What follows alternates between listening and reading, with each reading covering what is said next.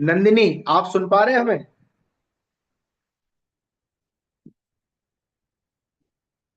नंदिनी हाँ जी सर। जी, audio video अपना देख लीजिए, ठीक काम कर रहा है कि नहीं। ठीक है सर। हाँ ठीक है। चलिए स्टार्ट करिए आप। पार्टिसिपेंट्स ज्वाइन हो गए क्या?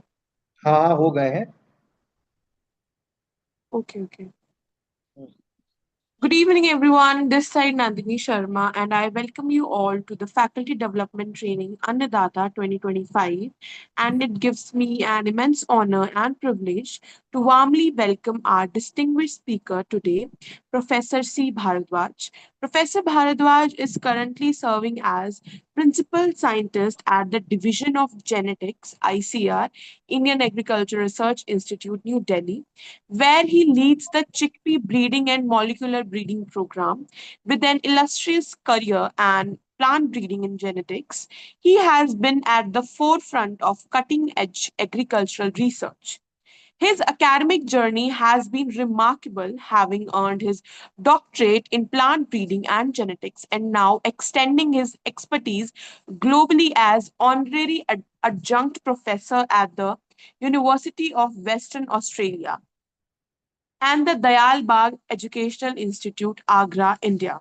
Professor Bharadwaj's contribution to science and agriculture are truly inspiring. He has successfully led international projects with ICR, ICRISAT, Bill and Melinda Gates Foundation, DBT, ICARDA, and FAO, handling projects worth several $1 million aimed at genetic improvement, resilience, and sustainability in crops, particularly chickpea. He has published over 200 research papers, 9 books, 28 book chapters, and more than 200 conference abstracts. Equally impressive as his role as a mentor guiding dozens of doctoral and postgraduate students shaping the future of agriculture research. His outstanding research has been recognized with numerous prestigious awards, including the Gregor Mendel Memorial Award 2025, the Professor M.S. Swaminathan Award 2023, and the Best Scientist Award in Genetics and Plant Breeding 2023. He is also a fellow of Indian Society of Genetics and Plant Breeding, SPR, and Springer Nature. Sir, it is truly an honor to have you with us today. Your pioneer work in chickpea breeding, molecular genetics, and international collaboration has not only advanced agriculture science but has also contributed significantly to food security, sustainability, and farmer welfare. On the behalf of all participants and in AgriMeet Foundation Bharat, I extend a warm welcome to you, Professor Bharadwaj, and we eagerly look forward to your insightful session, which I'm sure will inspire and enrich all of us. Welcome once again, sir. Over to you. The session is yours. Thank you so much. Thank you. Thank you so much for the kind words. I should be actually also thankful to Ankur and everyone at HARWS uh, that has made this possible. Uh, I was just trying to synthesize the work that we had done in case of chickpea. Certainly, we are global first when we have used marker assisted breeding technologies in mobilizing the genes to varieties. So I aptly put it as chickpea genome assisted breeding, a saga of success.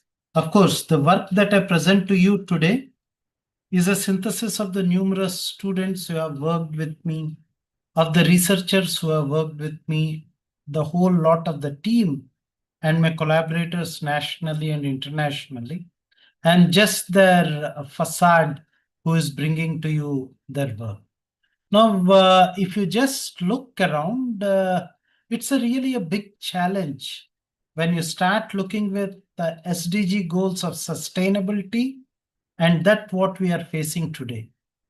Now, you need to understand that we'll become by 2050 10.5 billion people just walking on the globe. And how are you going to feed them? Feed them more food? Just leave aside the globe. Our own country is adding a whooping European Union and Australia in 1 year. the resources are decreasing with less arable land, less water, less labor. How can you achieve more crop per drop? Now, the sustainable goals look at ending poverty and hunger in all forms and ensure dignity and equity. The underlined word is that no mouth goes unfed in the day, with more than almost 30% still under the poverty line in the country. Having 2 square meals a day in our country itself is very difficult. How do you ensure prosperity, which helps in living life in harmony with nature? Half the things are man-made, and how do we get back to the roots? Maybe increase sustainability, because as we see that the wars have brought down a great strife on mankind, and it is particularly with respect to food. You see, there is a wheat crisis around, there is a barley crisis around, there is an oilseed crisis around, leave aside the industrial oils. And then certainly, it's not a single person's job. In this endeavor, we require partnerships, a clear-cut agenda, a future vision, and all work through a mission. See, unless we do this, I don't think we'll be able to protect our planet, our natural resources, and our climate for sustainability. That is, feeding ourselves and ensuring the future of our successful and succeeding generations. Now, what as a breeder we are trying to look at?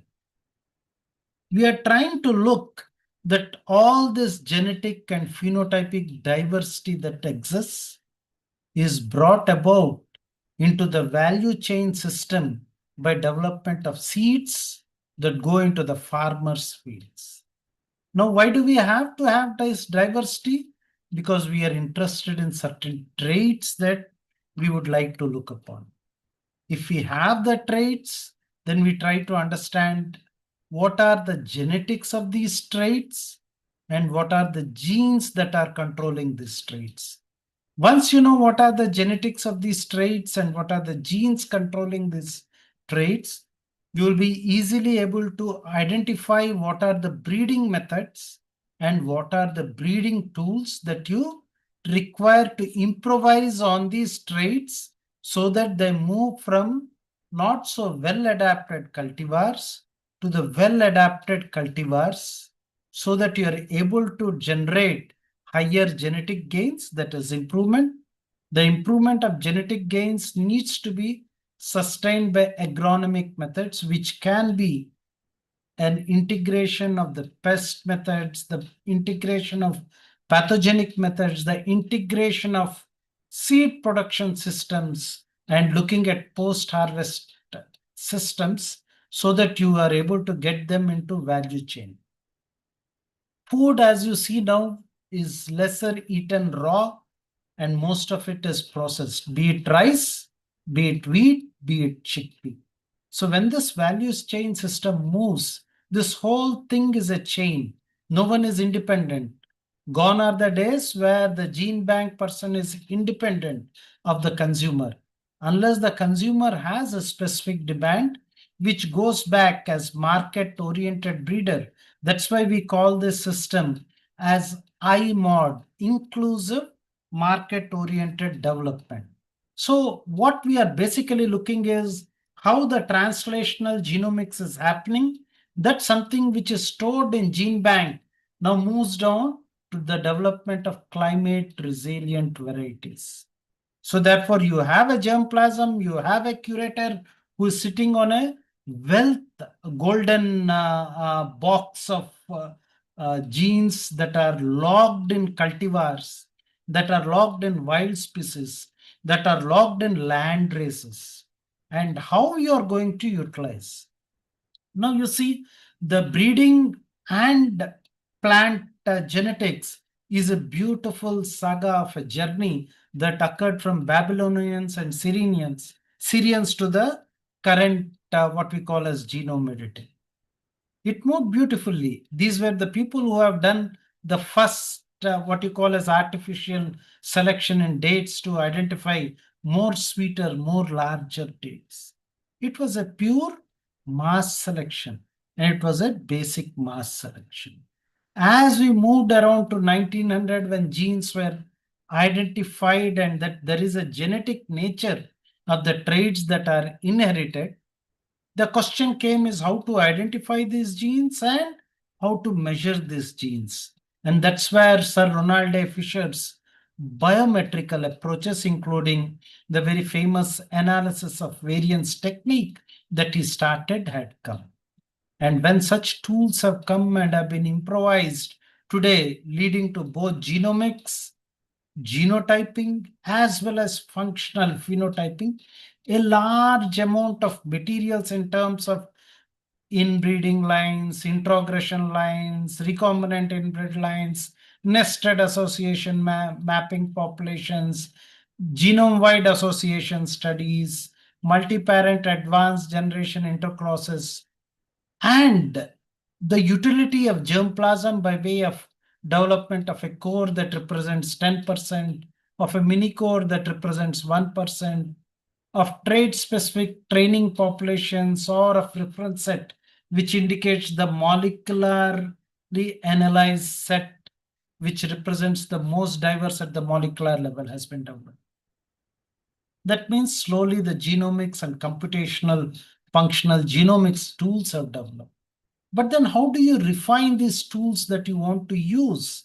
And that's where the various analysis techniques have come forward.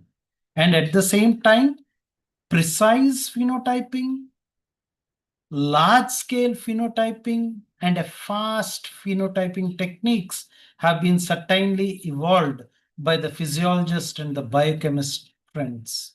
And as we have looked, so therefore we could have a set of traits which we were interested upon, and a set of genes that were controlling these traits, that by the bioinformatics have understood where these genes are, because the biotechnologists could identify the pathways and the specific genes.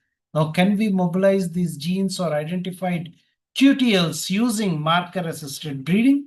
Of course, we have transgenic and genome editing, but today I'll be restricting basically to the marker-assisted breeding so that you know what is the source donor, what is the hybridization, and how do you do line selection using the genome-assisted breeding techniques. So the genome-assisted breeding techniques are numerous, but these are what I said, precision selection tools. They're not going to replace breeder, but they're going to supplement a breeder. They're not going to replace any particular scientist, but supplement him. That is why I said the journey of plant breeding or crop improvement is a beautiful innovation and supplementation.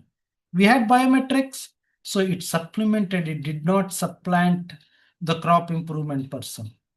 It supplemented by way of analyzing the tools, by way of measuring them, right? When we got genomics, it supplemented the breeder by understanding what are the genes being controlled and what are the traits with which you can visualize them. Maybe QTLs, which are basically marker trait linkages, what we call as MTL. The whole idea of this program is to have a novel diverse traits and increased diversity so that the initial breeder can work down towards them and develop lines. At the same time, a bioinformatics system or a pipeline system that brings decision in terms of selection using analytical tools has developed. We do understand that variation is, and the availability of variation is the basis for selection, and this is the first step of plant breeding. What we do when there is no variation? We go back to the germplasms. When we don't have germplasm, we start collecting them, finding new accessions.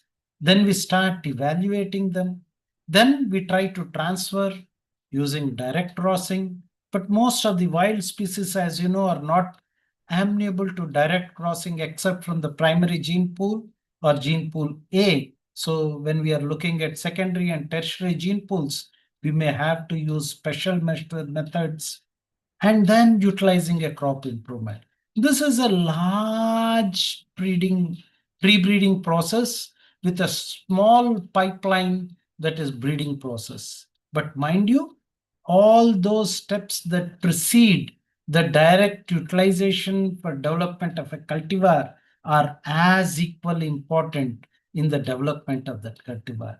So we need to understand that germplasm is a great source of genes, maybe for heat, drought, frost, cold, and salinity, maybe for key diseases and insect pests, maybe for the changed plant idiotype, so that you can understand how to go about with machine harvestability. Looking at extra short duration, looking at plant architectural and nutrition types. Of course, I made this with respect to chickpeas. Why chickpeas? As such, it is said, pulses are the pulse, you understand? Pulse of the nation, pulse of the environment, and pulse of human health. And certainly chickpea, which is one of the largest grown pulse in the country and the second largest in the world after kidney bean or rajma, certainly plays an important role. Now, most of the legumes, and chickpea being no exception, actually capture the atmospheric nitrogen, store it in the soil, and make it available to the next generation of crops.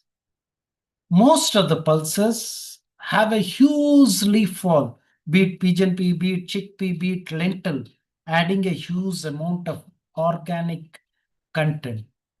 Their high protein content actually helps in human and plant and animal health totally by way, as I said, of various forms. Now, since you are actually invigorating the soil with respect to atmospheric nitrogen, which is otherwise free, is captured, therefore, you can save a lot on the preceding crop.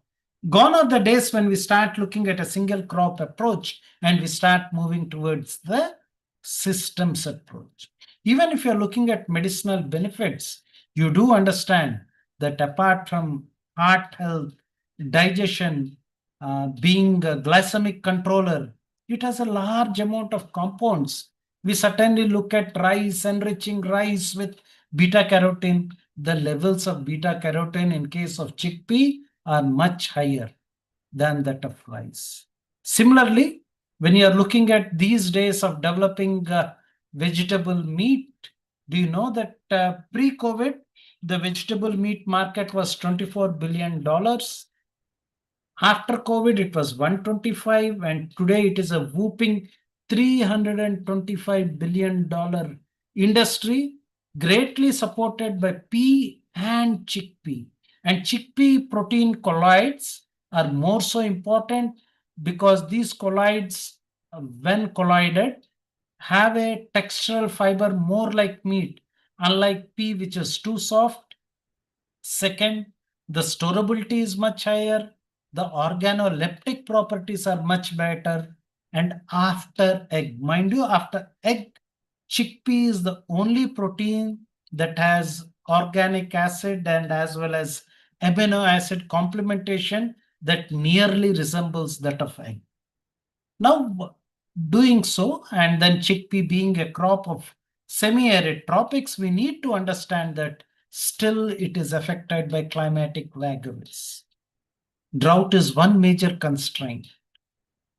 Terminal heat and drought coupled together is still one more major constraint.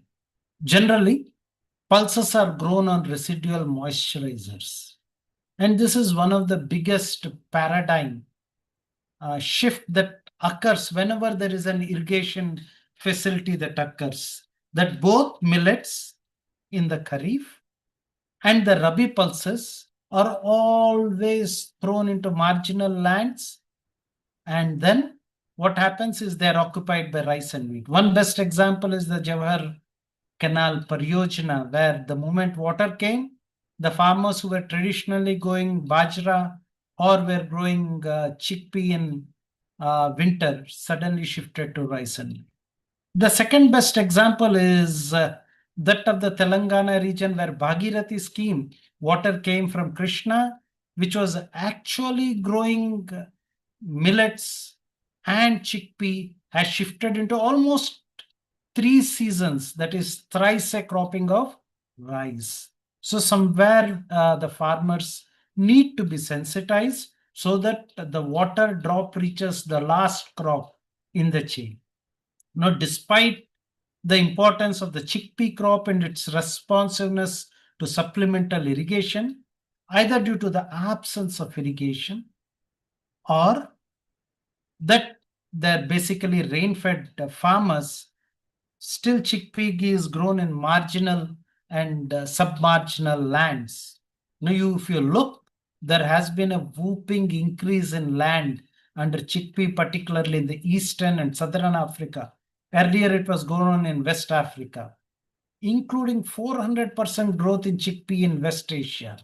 But then whenever we are trying to breed designer crops, whenever I say designer crops, that means we are targeting a beneficial agroclimatic region, particularly the destabilized climatic region. So we are looking at, maybe in case of peas, we have said that reduced leaf area is one of the way that you can associate with soil health. But under water stress, what happens if, like this year, there is no water stress?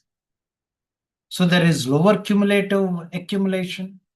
Now, deeper roots, as we see, uptake water from deep layers. But what happens under favorable conditions? Therefore, there has to be a balance. And the most important balance that comes here is no farmer is going to take your crop unless it gives good yield, under very good yield under normal conditions, and a good yield under stress conditions. And stress is not regular and phenomenal. You need to understand that. So therefore, there is an urgent need, which we have tried to do it, so that you can manage the germplasm. Now, when you want to manage the germplasm, the most important thing is that you need to identify a subset of appropriate land races. Instead of evaluating at one place for all the stresses, now we have a coordinated evaluation under the hotspots so that you get a set of lines.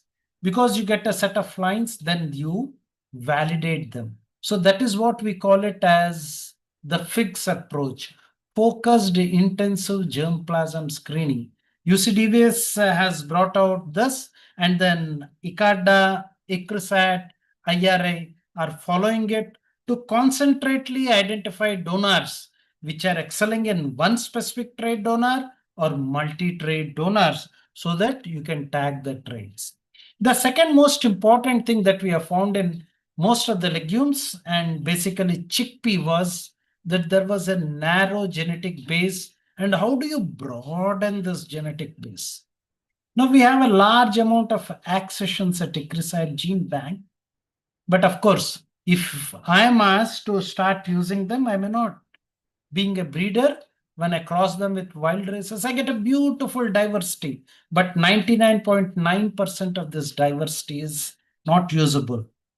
Okay, so I require a pre-breeder to bring down this diversity to useful forms of diversity. That is, that diversity that is used in the first step of crop improvement program. So all these are pre-breeding, but as we have seen, there is a huge amount of variation.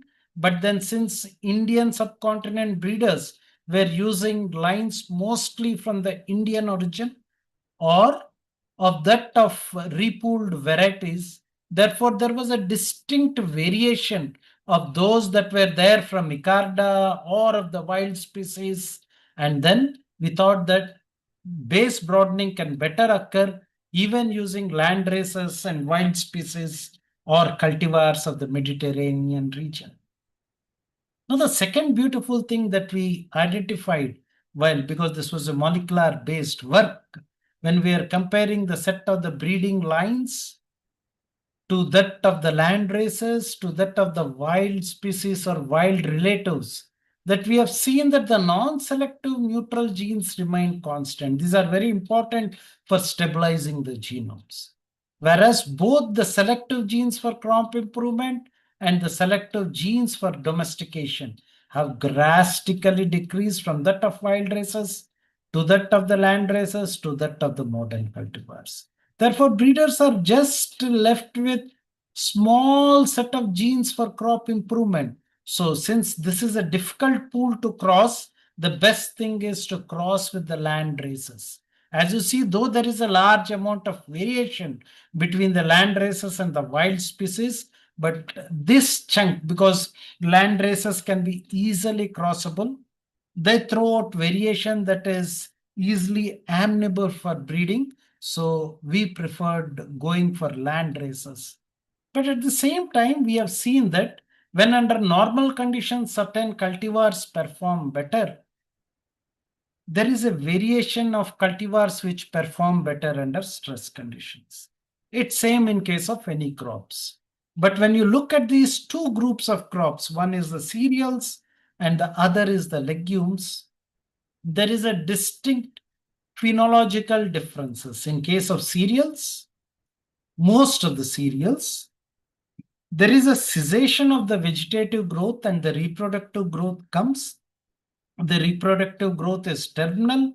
Therefore, breeding for harvest index alone has brought about excellent increase in yield as well as greater genetic yield. When many of the breeders started applying the same thing to what we call as the legumes, it didn't occur. Why?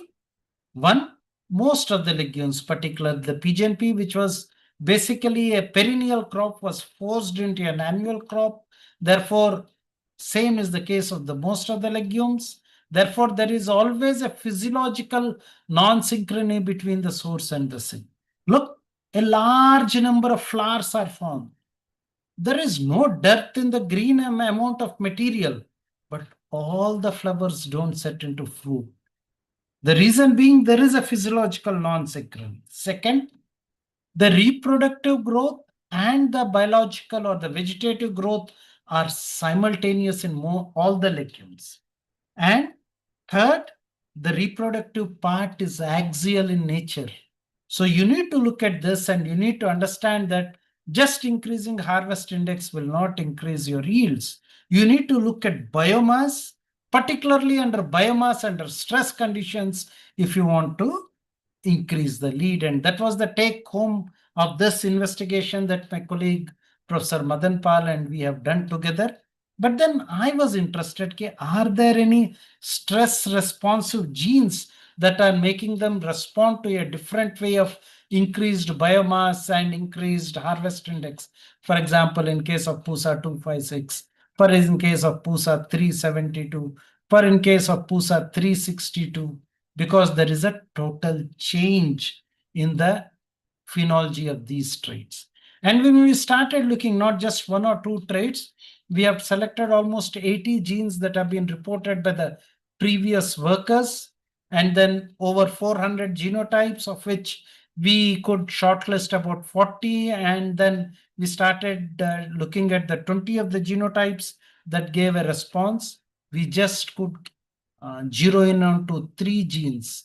The dihydrin gene, the base pair is indicated. This is in case of chickpea.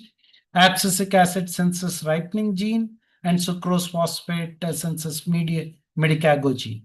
Now, another thing is, just like yield, which is not a single direct related trait, that is, it's a dependent trait dependent on lot many yield parameters which affect differently. Similarly, the tolerance to an abiotic stress, unlike most of the biotic stress, is not a single pathway. Some may work with deeper root systems.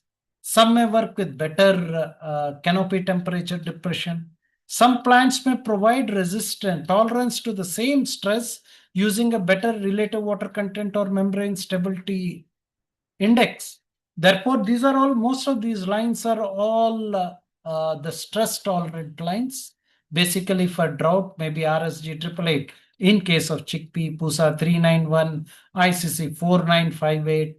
And our genes we see are functioning differently in different genotypes, giving them resistance.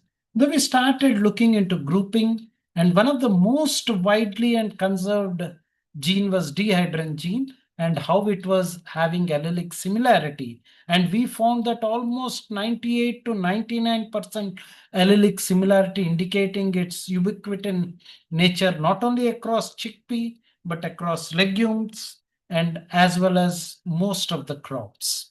Then the another thing that we started looking, because somewhere some genes were already being worked out by some of the groups at ICRISAT as well as NBPGR and at NIPB and NIPGR. So we was looking, can we work into this gap analysis and identify a different set of genes? And one of my student, Supriya Sachdeva, was basically working on this along with Dr. Tapan, and then they could identify abscisic acid synthesis ripening gene, which we have reported for the first time in case of chickpea as well as legumes. Now, since this was a first time report, we started looking at identification of this hypothetical hypothetical novel stress ripening abscisic acid and stress ripening protein, which we have already submitted in NCBI. From the most important thing is from a cultivated line. So we were very much excited that we can use it. So we made the Ramchandran plot, and when we started looking at the predicted functional partners U, we could find that it was like resembling the LEA protein, the late embryogenesis abundant protein, indicating that it is an osmoprotectant content. It was also resembling the dehydrin. Therefore, we certainly thought that this is one particular protein that is going to play a major role. And now one of my student, Jyoti, is working on, we have validated it and sequentially analyzed it.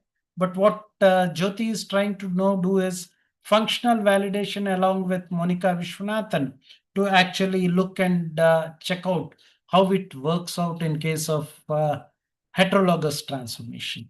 Then along with my friend, Professor P.K. Jain at National Institute of Plant Biotechnology, what we tried to do is look at the transcriptional factors and ethylene responsive transcriptional factors which play a major role.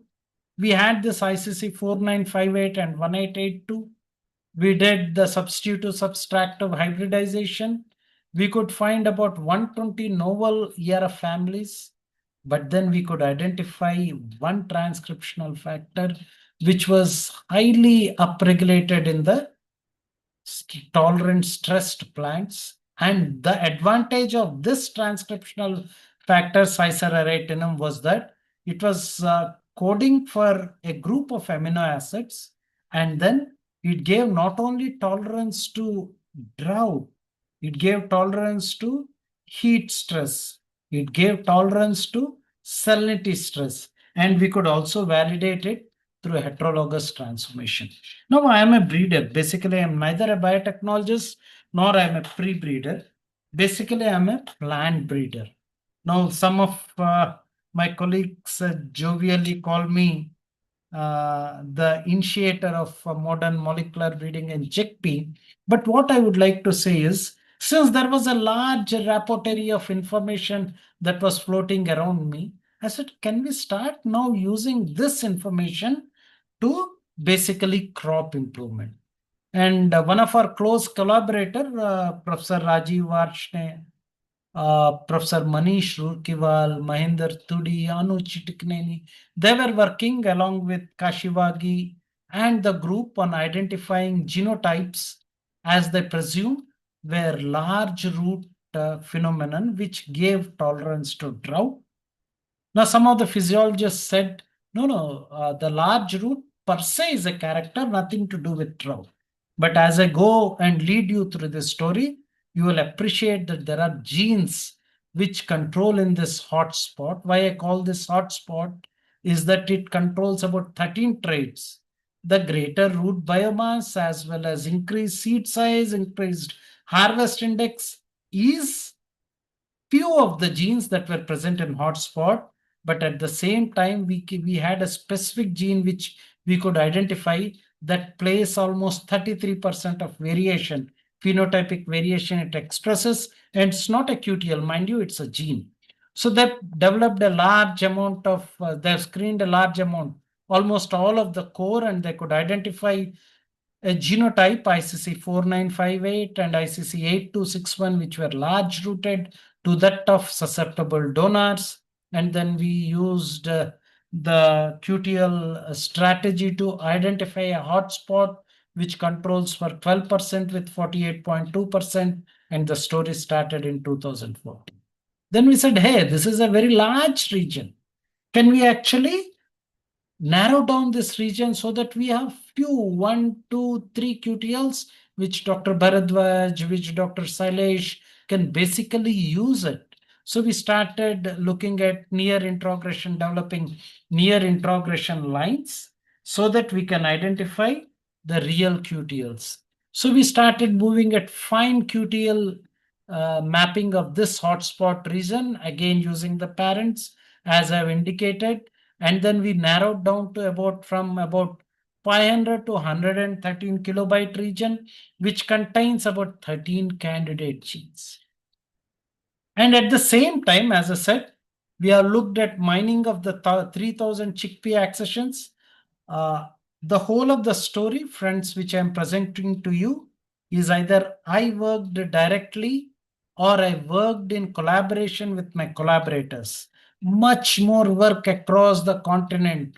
For example, from NCBA Canada, Saskatchewan, from Paul Kimamoto in Kenya University, my good old colleague, my good friend, mentor from UWA, Professor Kadambot, they have done. But basically, wherever I'm involved in these works and we have come out with publication, that's what I'm presenting to you, because I know that I've worked and I can authentically speak.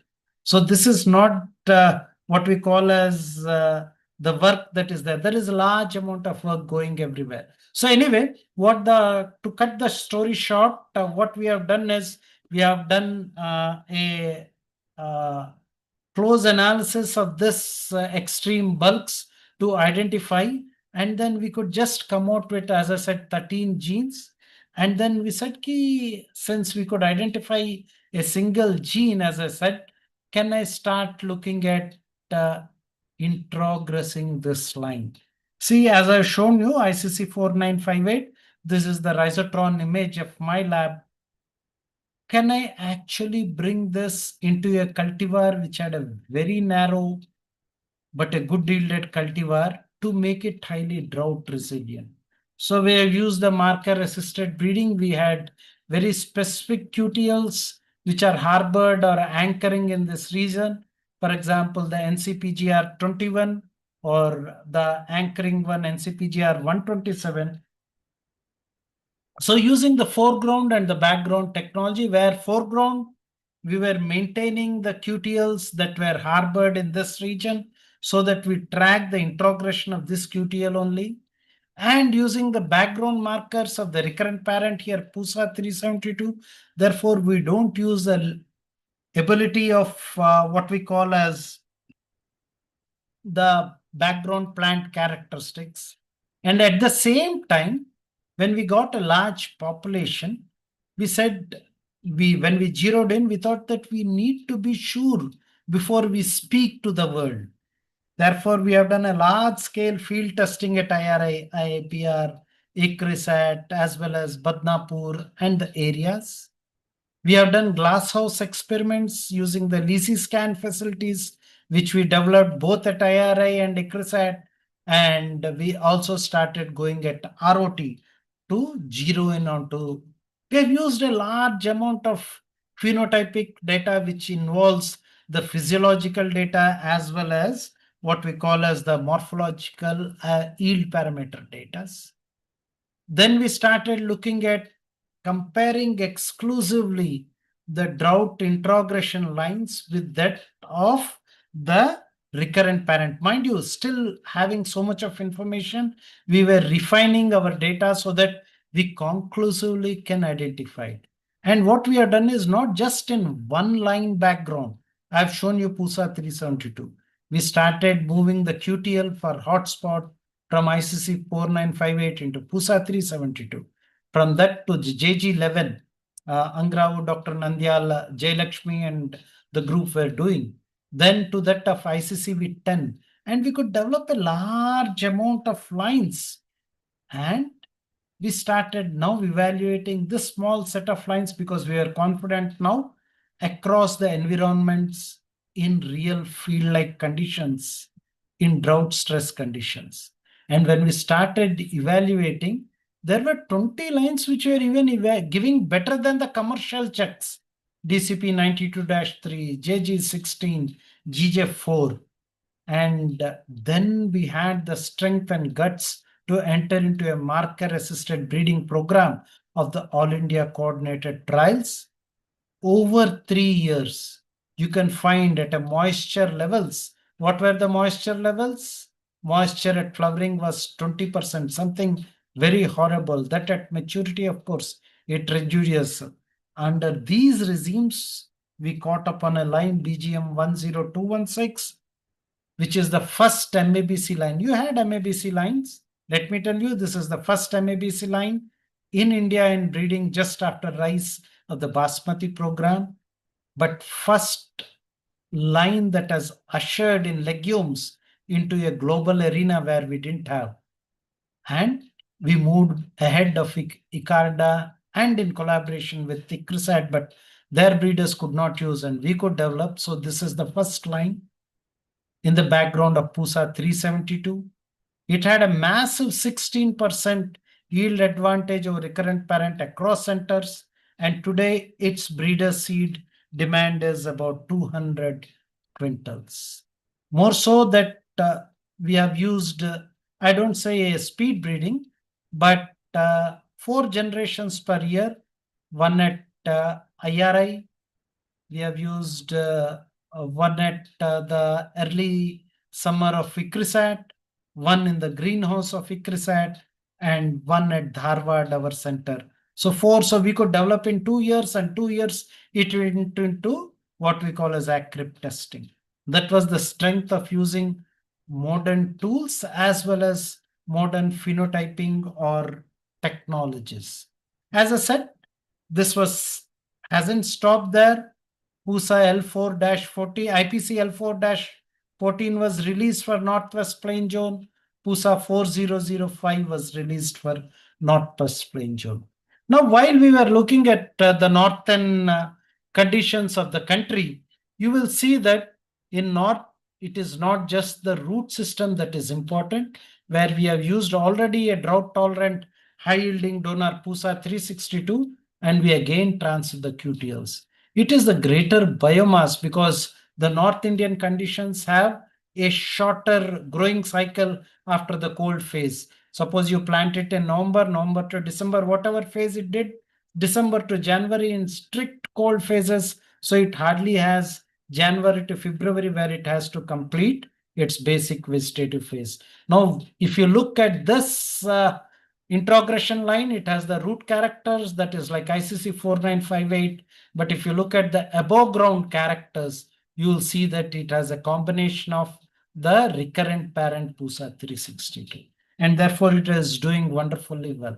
So this was then we followed it up of developing PUSA JG16. So these varieties were growing beautifully when drought struck pre-COVID time in case of Latur. And only these 2 varieties were actually growing there. That Bill Gates actually put a SMS to Honorable Prime Minister that he would like to visit the crop and the fields at IRI where this was developed. And we were lucky. That's why I said that our research has no boundaries. So we had Gates in our fields. Why our research had no boundaries? The veracity of this QTL was not seen just across India, but it was seen across the world. For example, Asnan Fakare, in case of Ethiopia, who released a variety Giletu in the background of again JG16.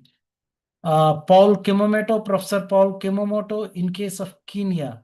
More so that Honorable Prime Minister has been releasing our chickpea lines which were yielding higher for the last 3 years.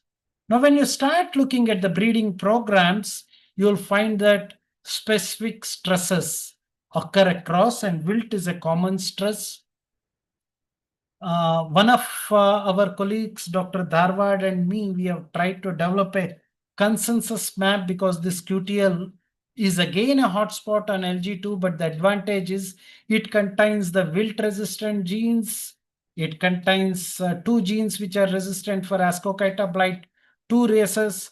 We started looking at differential expression of these genes. It's now a second story that I'm moving from drought to that of wilt, where I would like to present to you 2 examples how genes were mobilized in developing varieties, that 2 very high yielding varieties which are going like mega varieties and wildfire. We could identify the genes. Once we have identified the genes and markers that are linked to these genes, again using the same principle of marker assisted breeding, we started developing. Now you can look, this is the marker assisted bred line. This is the parent Pusa 372, check JG62, which has completely vanished. And that's where Honorable that time DDG Education, our director, and we are standing. And the same thing you can see that there is very clear. We have a very good wilt-sick plead that shows clear resistance to this line. And at the same time, we also did a marker analysis indicating how many of the genes, because there are race-specific fork alleles, we could pyramid. And when you start looking at ACRIB data over locations, we find that BGM 20211 and BGM 20212 has out-yielded all the checks. And this has, as I said, last year, 320 quintals of breeder seed and is dubbed as super chickpea variety. Why? Because it has an yield advantage of 3 tons per hectare and 4 tons potential yield under ACRIP conditions. And the farmers of Vidarbha, the farmers of Madhya Pradesh are taking almost 4.5 tons of yield.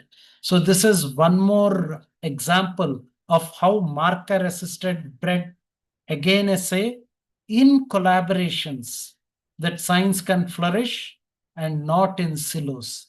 The moment you work in silos, you become obsessed and egoistic of your own particular thoughts. Now, the third thing that has come is, yes, we are improving certain specific traits, but can we actually look, can we go for complex traits and a plethora of genomic selection? So can we increase variation? Can we increase procession? Can we select harder? Can we reduce time? And can we take more number of generations? Now, since we can take more number of generations, we hit upon, can we go for a new breeding cycle? When we start looking at new breeding cycle, you understand that basically all breeders don't select on mean. Alas, some of the programs are still adopting it. The breeders have to improve the breeding value of their population to have higher genetic gains than their base value. Now, the problem is this requires selection of parents, making crosses, identifying what is the breeding value of the base population, identifying superior parents from this base population, recrossing them so that this mean and the median move in the direction of higher yield and higher genetic yield, not in terms of agronomic yield or not in terms of increased area. So earlier it was difficult because it was all based on phenotypic selection. Earlier it was difficult because we couldn't actually we had to carry a large amount of population to the succeeding generation.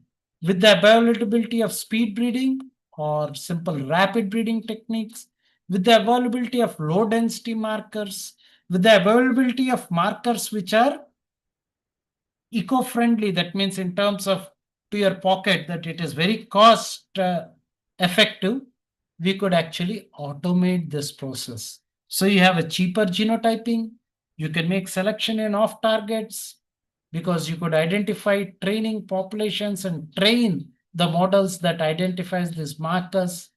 You can maintain the favorable rare alleles. For example, the wilt tolerance. And then you can carry out larger number of generations in a particular year.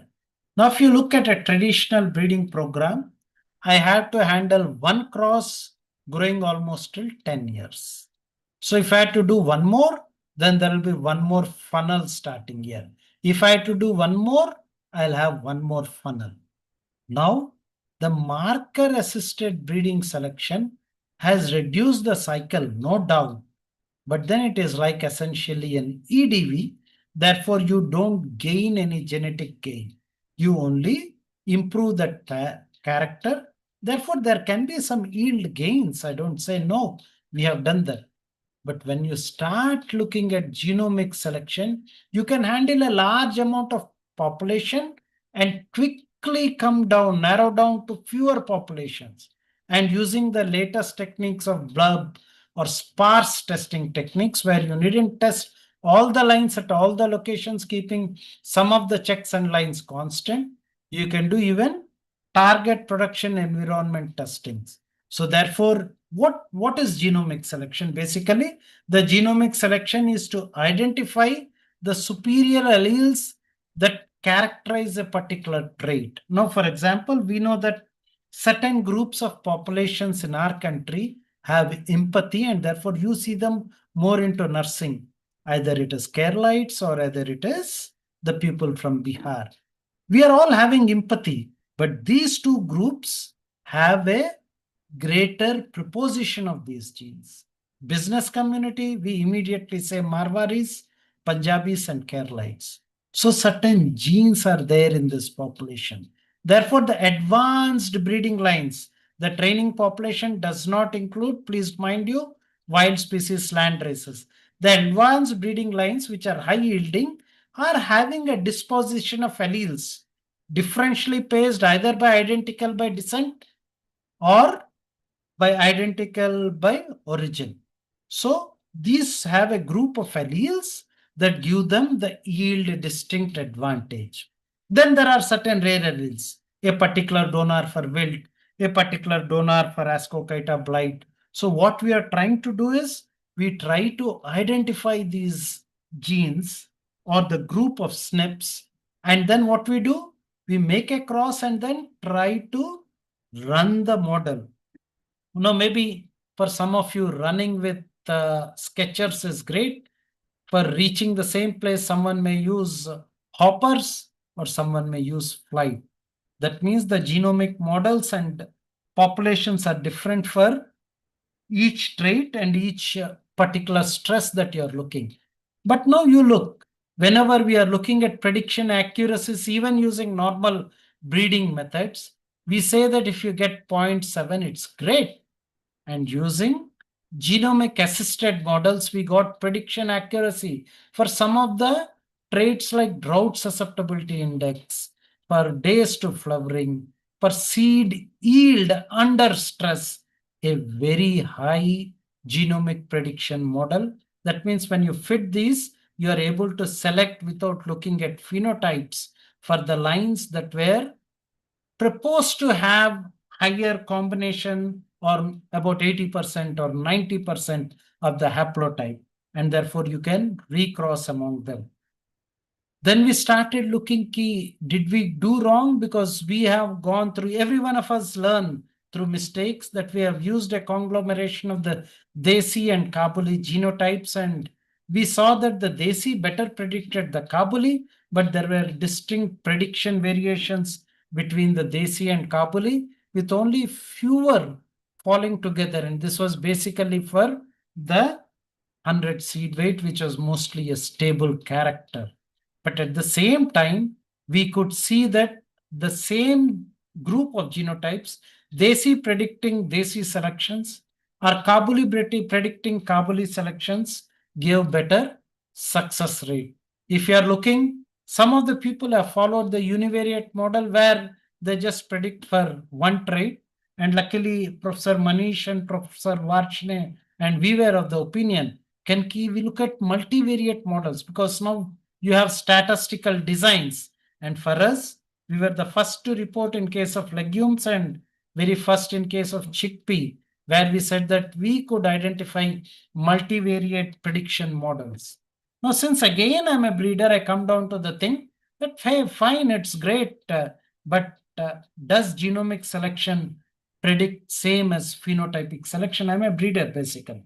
So what we said, we did a blind one. We said, okay, 5,000 lines. We did crosses. We have come down to about 600 F4 populations. And then what we said here, Manish, you do the genotyping and make the genomic based selections and crossings for these. And he developed a set of models. And I have done using my Wilczek plot and my phenotypic expressions. And when we start looking at seed yield per plot, or if you are looking at the amount of seed size, most of the cases that is predicted, as well as the yellow one, the black one clearly indicates through genomic selection, the yellow one through the phenotypic selection, clearly indicated that the genomic selection predicted with equal accuracy or better accuracy that of phenotypic prediction. And if you look, the percent prediction was much higher. When we selected lines, I could identify a huge amount of lines that I could make from visual prediction. If you look, about 200, visual prediction could predict 9, whereas the genomic prediction gave out about 17 lines. So almost about, when you're looking at higher yield lines, 42 plus 17, friends, it's a whooping increase in almost 10 to 15. That is, you gain almost 20% better prediction accuracies. In case of chickpea itself, which is almost a recalcitrant crop. But then we understood that we need to include the whole of the national program. That's what was helping our program partners through ACRIP, where we could identify lines. So when you come down in brief, as I say, that the next generation genomic approaches are very useful for developing climate change ready crops. But most important is, for a given crop, you need to develop genomic resources. You need to develop the pre-breeding resources. You need to develop and understand and make efficient genome assemblies. You need to have a repertoire of germplasm. You need to have physiologists who are descent traits and have identified rapid phenotyping facilities. You need to have a good bioinformatics workflow. And then you need to have the strategies that helps in either marker-assisted breeding or to the genome editing, which we call as 5Gs and crop improvement. And of course, one of the modern tools that I touched upon, I didn't touch upon Salinity, I didn't touch upon BGA, where we have successes. Neither I have touched on quality or bold seed size, restricting it to 1 hour. And as I again put it, this is not my work. This is the group of my students, staff, and researchers. My colleague, Dr. Neeraj Kumar, we have Apurva, Uma Shankar, Ravpreet, my group of students currently with me, Uttarayan, Bharat, and of course, my researcher Kapil, all my collaborators within the ICR, IRI partners, Professor Vinuta from biochemistry, or we have from soil science, Professor Meena and the group. My collaborators at IAPR, Shanmugavel, earlier Dr. Soren, Aditya, Sailesh, from National Institute of Plant Biotechnology, Professor Monica Vishwanathan, Professor P.K. Jain, Professor Nimmi. We also have very good partners with the state agricultural universities.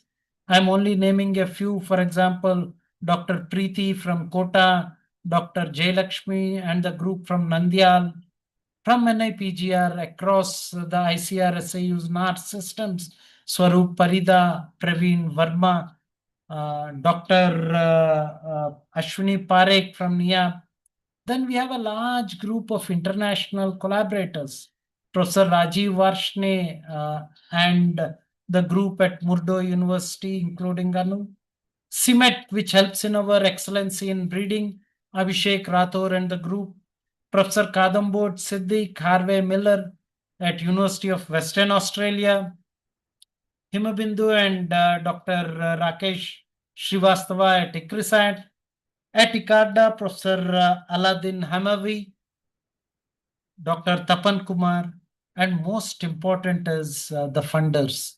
You certainly need funding for which, so that you can get a large group of hands of project assistants, researchers, and students. I'm thankful that we are funded by Consortia Research Platform on molecular breeding by ICR. Incentivizing research in agriculture, again from ICR through Ministry of Agriculture. We have an in-house project that gives huge amount of land labor. Then from DBT, we have a couple of projects, DBT Indo-Australian project, DBT Excellency on plant breeding. Now we have just been awarded with molecular breeding as well as Mission Made program, whooping program across the continents from Bill and Melinda Gates. But friends, as I put about, this is not the end of this subject. I've synergized what all we worked in our lab, and I'm a facade of my staff, of my research fellows and my students.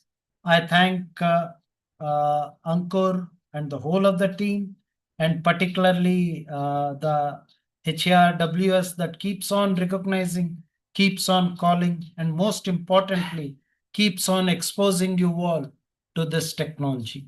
Thank you. I'm open for questions. इस particular topic से यदि किसी का कोई doubt है, कोई query है, वो डॉक्टर साहब से पूछ सकते हैं। 10 मिनट का डाउट क्लियरिंग सेशन है। जो भी पार्टिसिपेंट्स 1 to 1 बात करना चाहते हैं, चैट बॉक्स में अपनी क्वेरीज को लिखना चाहते हैं, वो बात कर सकते हैं।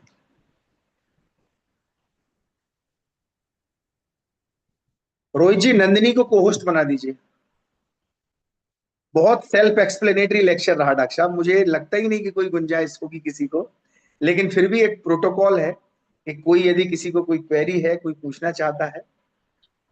I could see a large amount of participation, almost 121. It was much higher too.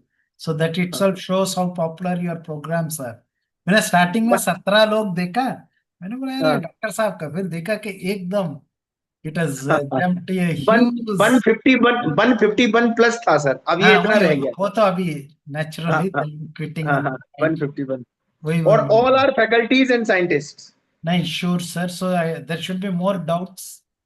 Hello, See, sir. this whole program Sir, is this being. is Swati. Yes, Swati. Hello. Yeah, I'm able to hear you. Sir, actually, I have one doubt.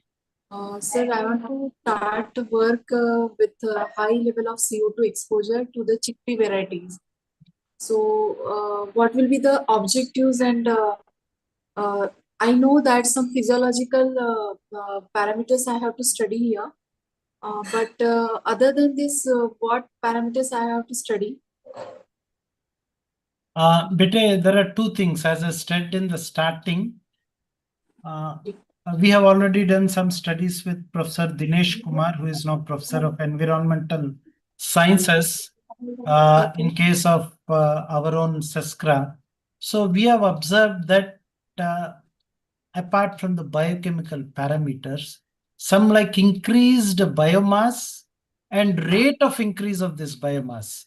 Because under CO2 stress, we do understand that as CO2 increases, the amount of ability to photosynthesize increases, but then somewhere this extinction point comes much earlier than what is happening in case of normally growing varieties, which are not under CO2 stress.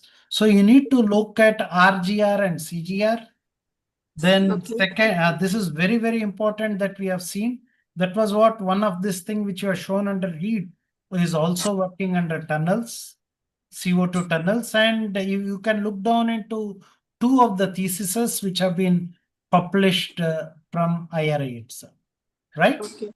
Now I have a question in case of a chat box. The question is from Dr. Oshadri.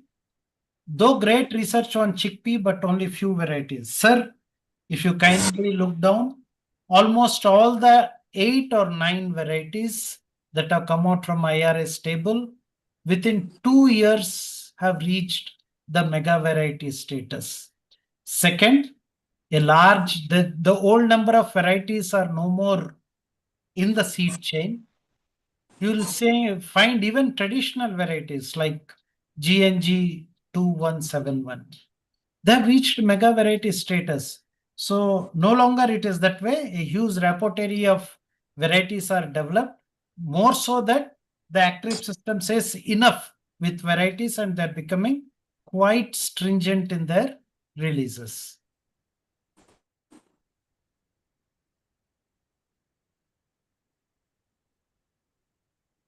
Someone requested for PPT. It is free because all of this is published. So you can request the organizers.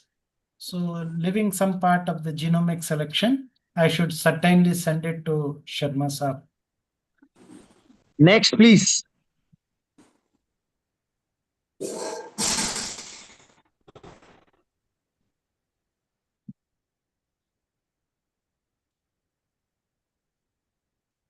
कोई और participants बात करना Someone चाहे? has asked, green color and brown color varieties have nutritional values in more, which is more. Now I don't know what you are referring to. Basically, are you looking at protein? No. Let me ask you. Let me ask Varsha. Are you referring to protein? No, Varsha, yeah. Are you referring to protein or are you referring to amino acid profile?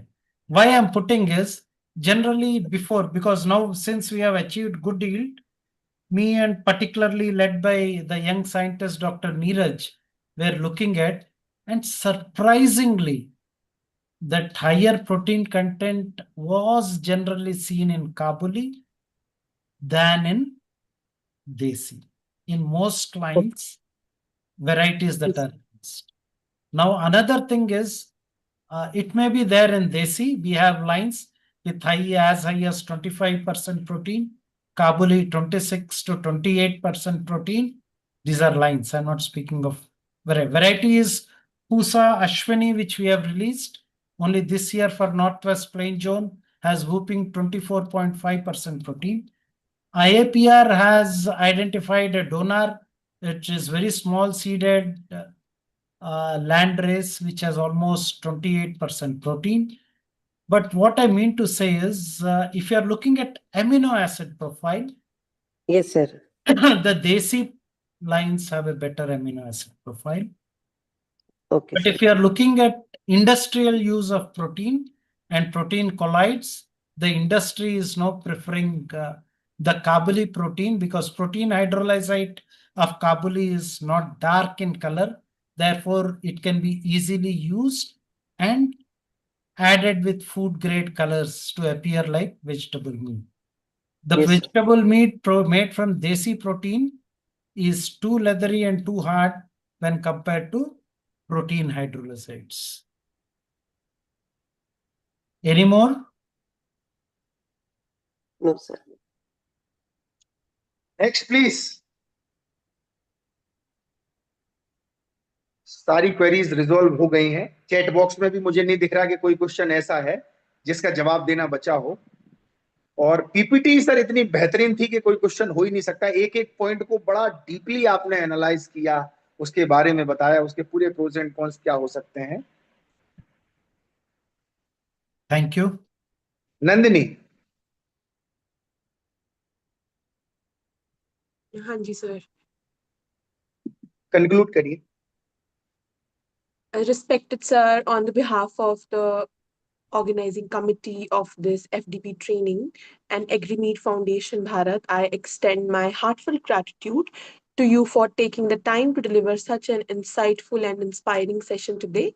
And your vast knowledge, deep experience, and clarity in sharing complex concepts have truly enlightened us. The way you highlighted the recent advancements in plant breeding and genetics, along with your perspectives on sustainability and future challenges has added immense value to this program. We are especially grateful for your willingness to share your research journey, practical insights, and guidance for your young researchers and students. Your words has motivated us to think innovatively, pursue research with dedication, and contribute meaningfully to agricultural development. It has been an absolute honor to host you. We sincerely thank you once again for gracing this session with your presence and wisdom. We hope to have many more opportunities to learn from you in the future and have a support in future academic activities. Thank you so much, sir.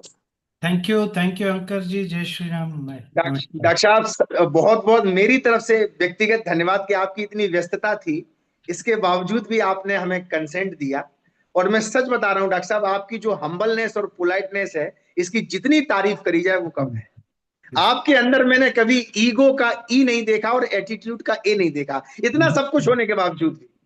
नहीं, धन्यवाद sir, धन्यवाद। Okay, नमस्कार। जी, जय श्री राम। नमस्कार। जय नमस्कार। Shri- okay sir.